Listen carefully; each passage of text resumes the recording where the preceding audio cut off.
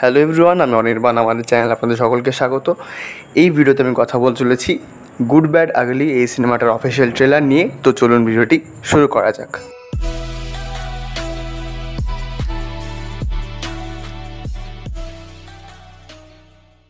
তো প্রথমত আমি আপনাদের কাছে ক্ষমা প্রার্থী, আমার ট্রেলারটা দেখতে একটু দেরি হয়ে গেল।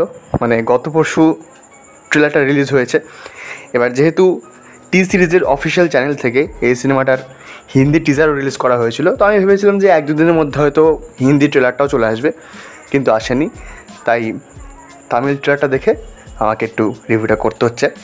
তো প্রথমত অজিত কুমারের ছবি, সেখানে মজা থাকে, মাস অ্যাপিল থাকে, মাস মুভমেন্ট থাকে এবং এন্টারটেনমেন্ট ভরপুর থাকে। এবার এই ছবিটার টিজার যখন বেরিয়েছিল তখন আমার দেখা হয়নি, পরেই দেখেছিলাম। বেশ মজাদার টিজার ছিল। আর এখানে অজিত কুমারের যেরকম প্রেজেন্স, তাকে দেখতে বেশ ভালো লাগে।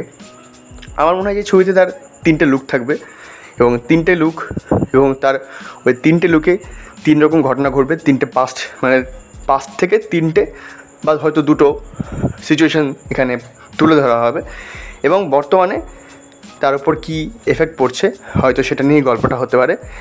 এবং এই ছবিতে হিউজ কাস্ট রয়েছে, হিউজ মানে অনেক চরিত্র।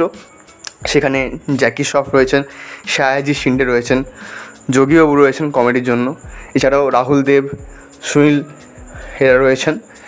আর এই ছবির ভিলেন অর্জুন দাস, তাকে এখানে যেভাবে প্রেজেন্ট করা হয়েছে, মানে সত্যি বলতে কি আপনার মনে হবে, মানে আপনার কেন, আমারও মনে হয়েছে যে একটু ছাপড়ি প্রেজেন্স দেওয়া হয়েছে, কিন্তু ঠিকঠাক।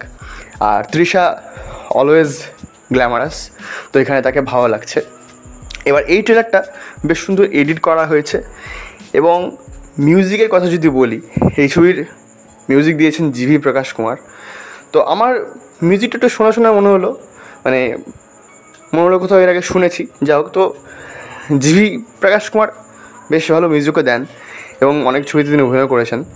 তো তার মিউজিকটা এখানে যেভাবে ট্রেলারের বিভিন্ন দৃশ্যের সাথে যেভাবে খাপ খেয়ে যায়, এবং বিশেষত একটা জায়গা রয়েছে যে ট্রেলারে অজিত কুমার একটার পর একটা মারছেন এবং সেখানে ওই বিটের তালে তালে কিন্তু তার পাঞ্চগুলো বা তার কিকগুলো পড়ছে, সেটা কিন্তু বেশ ভালো লাগে দেখতে আর মজাও দেয়। এই ট্রেলারে যে অ্যাকশন সিকোয়েন্সগুলো রাখা হয়েছে সেগুলোও দারুণ। দেখুন, গল্প কেমন হবে আমি সেদিকে যাচ্ছি না বা জানি না কেমন হবে, কিন্তু আমি আশা করবো যে এই ছবিটা মানে তামিল সিনেমাকে আবার প্রাণ দেবে। কারণ তামিল সিনেমা বহুদিন ধরে একটু ঠান্ডা পড়ে আছে, তো সেখানে এরকম মাস ছবি দরকার। দেখা যাক, আগামী 10ই এপ্রিল সিনেমাটা রিলিজ হচ্ছে। আমি আশা করবো যে এটাও কিন্তু বেশ ভালো বক্স অফিস করবে।